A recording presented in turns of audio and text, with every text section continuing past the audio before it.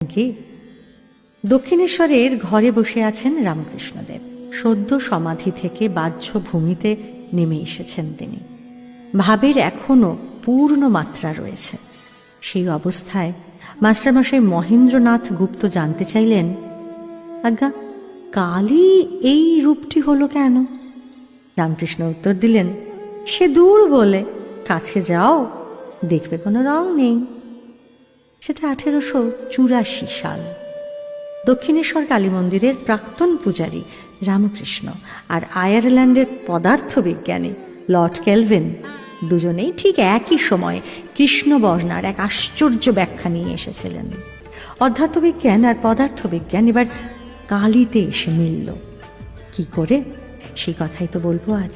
রামকৃষ্ণ পরমহংস যখন বলছেন যে সৃষ্টির সামান্য ধুলোকণা থেকে আকাশ ছোঁয়া পাহাড়,